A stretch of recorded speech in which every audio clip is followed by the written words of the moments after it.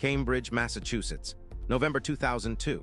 Cameron and Tyler Winklevoss are 21 years old, 6'5", identical twins and already legends on the Charles River. They row for Harvard. They will later row for the United States at the 2008 Beijing Olympics, finishing 6th in the men's pair. Their father, Howard Winklevoss, is a Wharton PhD who built a pension consulting firm and sold it. The family is wealthy, Connecticut wealthy, Greenwich wealthy. The twins grew up with grand pianos and rowing shells, not the mythology of scrappy dorm room founders. But in the fall of 2002, together with their Harvard classmate Divya Narendra, they launch an idea. A social network built exclusively for Harvard students. They call it Harvard Connection. Later, they will rename it Connect You. The idea is simple. You use your harvard.edu email address to join. You can meet other students. You can date. You can network. It is in every meaningful sense the blueprint for what will become the biggest company in human history. The problem, they cannot code. So in November 2003, they meet a 19-year-old sophomore, a computer science prodigy who has just written a program called FaceMesh that got him hauled in front of the Harvard Administrative Board. His name is Mark Zuckerberg. They hire him. They shake hands. He agrees to finish the code. He has access to their source code, their business plan, their design documents. For 54 days, Mark Zuckerberg tells the Winklevoss twins that he is working on their site. He sends them emails saying he is busy with schoolwork. He tells them he needs more time. And then on February 4, 2004, from his Kirkland House dorm room, he launches the Facebook.com, not their site, his site, built on their idea, on their timing, on their 54 days of patient waiting. The twins hear about it 3 days later, in the Harvard Crimson newspaper. They are 72 hours behind before they even know the race has started. But here is what the headlines left out. They didn't just get angry. They started building a war chest for the longest legal battle in tech history, and they will get to the phone call that finally cracked Zuckerberg open. Stay with me. The Winklevoss twins do what people from Greenwich, Connecticut do. They lawyer up. In 2004, they file suit against Mark Zuckerberg for breach of contract, misappropriation of trade secrets, and copyright infringement. Zuckerberg's legal team is led by Neil Chatterjee at Orrick Harrington. The twins retain Quinn Emanuel, the firm they call the Pit Bulls of Silicon Valley. For 4 years, the case grinds on. Zuckerberg builds Facebook into a phenomenon. He takes Peter Thiel's $500,000 investment. He moves to Palo Alto. He signs Sean Parker. By 2007, Facebook has 50 million users.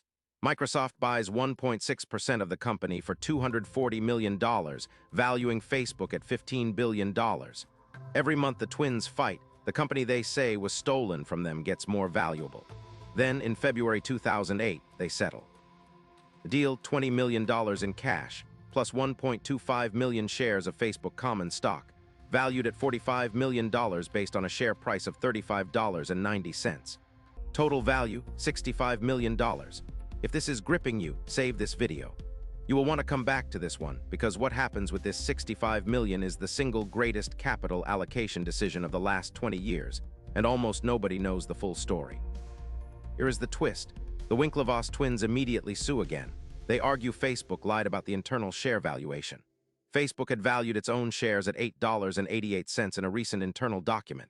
If the twins had received stock at $8.88 instead of $35.90, they would have gotten roughly 5 million shares, not 1.25 million. The Ninth Circuit Court of Appeals, in a ruling by Chief Judge Alex Kozinski in April 2011, tells them tough luck. Kozinski writes, and this line becomes famous, quote, "At some point litigation must come to an end. That point has now been reached. The Winklevosses are sophisticated parties who were locked in a contentious struggle over ownership rights." End quote. The Sorkin movie The Social Network comes out. Armie Hammer plays both twins. They are portrayed as entitled Harvard elitists who lost to the smarter kid. Public opinion turns against them. On late-night television, Larry Summers, the former Harvard president, calls them assholes. The Wall Street Journal calls them sore losers. In the eyes of Silicon Valley, they are done. But that Facebook stock keeps splitting and rising. When Facebook goes public in May 2012 at $38 a share, the Winklevoss twins' original settlement is now worth close to $200 million. And here is where the story really begins. Summer 2012, Ibiza, Spain. The Winklevoss twins are on vacation at the Blue Marlin Beach Club, licking their wounds from the Facebook fight. A man walks up to Tyler. He introduces himself as David Azar. He starts talking about a strange new digital currency called Bitcoin. He tells Tyler that a single Bitcoin costs about $8. He tells him there will only ever be 21 million Bitcoins in existence. He tells him this thing is going to change money forever. Most people at that beach club would have laughed. But Cameron and Tyler Winklevoss are not most people. They are two men who just spent 7 years being told they were wrong about something that turned out to be worth hundreds of billions of dollars. They know what it feels like to see something before the rest of the world sees it. They fly home. They start reading the white paper by Satoshi Nakamoto. They start buying. By 2013, when Bitcoin is trading around $10, the Winklevoss twins have quietly accumulated approximately 120,000 Bitcoin. That's roughly 1% of every Bitcoin that would ever exist. Their total investment, around $11 million, funded directly by the Facebook settlement money. In April 2013, they go public with it. They tell the New York Times reporter Nathaniel Popper that they own $11 million worth of Bitcoin. Every serious finance publication mocks them. Bloomberg calls it a fantasy asset. Warren Buffett will later call Bitcoin rat poison squared. Jamie Dimon calls it a fraud. Even inside Winklevoss Capital, their advisors are nervous. This is the same 20-year-old asset class laughed off Wall Street. Then Bitcoin crosses $100, then $1,000. Then in December 2017, Bitcoin hits $19,783. Cameron and Tyler Winklevoss are officially the first Bitcoin billionaires. Forbes puts them on the cover. Their 120,000 coins are now worth over $2.3 billion. The men who lost to Zuckerberg have quietly created a fortune bigger than most of Zuckerberg's early Facebook investors. In 2014, they launched Gemini, a regulated cryptocurrency exchange headquartered in New York City, licensed as a trust company by the New York Department of Financial Services. Their pitch, Bitcoin, but with rules. Bitcoin, but with adults in the room.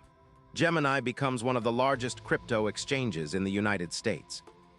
By November 2021, when Bitcoin hits its all-time high of $69,000, that original $11 million Facebook settlement money has multiplied into a paper fortune of over $3 billion for each brother. Not combined, each, but then comes the moment that nearly undid it all. November 2022. The crypto empire built by Sam Bankman-Fried at FTX collapses in a matter of days. Contagion tears through the industry. On November 16th, Genesis Global Capital, the crypto lending arm of Barry Silbert's digital currency group, freezes withdrawals. The problem for the Winklevoss twins is enormous. Gemini had a product called Gemini Earn, which lent customer deposits to Genesis in exchange for interest. When Genesis freezes, roughly $900 million belonging to about 232,000 Gemini Earn users is trapped. On January 2, 2023, Cameron Winklevoss publishes an open letter to Barry Silbert on Twitter, accusing him of fraud and stalling. The Securities and Exchange Commission sues both Gemini and Genesis for offering unregistered securities. It looks, for a brief moment, like the twins' entire story might end here, brought down not by Zuckerberg, but by the collapse of a partner they trusted. But the Winklevoss twins do what they have always done. They fight. In February 2024, New York Attorney General Letitia James announces a settlement. Gemini agrees to return $1,100 million to Earn users. In May 2024, Gemini pays a $50 million fine to the New York Department of Financial Services. Every Earn customer gets made whole in Bitcoin at current prices, which by that point are much higher than when their assets were frozen. Users end up better off than if they had simply held cash. The Winklevoss twins survive. In 2024, they donate $1 million each in Bitcoin to Donald Trump's presidential campaign. They become vocal advocates for a pro-crypto regulatory environment. Bitcoin surges past $100,000 in late 2024. Their fortune once again expands. Here is the deepest irony of the whole story. Cameron and Tyler Winklevoss are now, by most estimates, worth between $3 and $5 billion each. Mark Zuckerberg is worth vastly more, over $200 billion. But the return on invested capital tells a different story. Zuckerberg took Peter Thiel's $500,000 and turned it into hundreds of billions over 20 years. The Winklevoss twins took the $11 million they were paid by Zuckerberg himself and turned it into billions in less than a decade. Percentage-wise, they beat him, with his own money. The men who supposedly lost Facebook used the Facebook settlement to buy the future, and Zuckerberg funded it. CTA 1213 Min, if this story hit you the way it hit me, the reversal, the vindication, the sheer patience of it, do two things right now.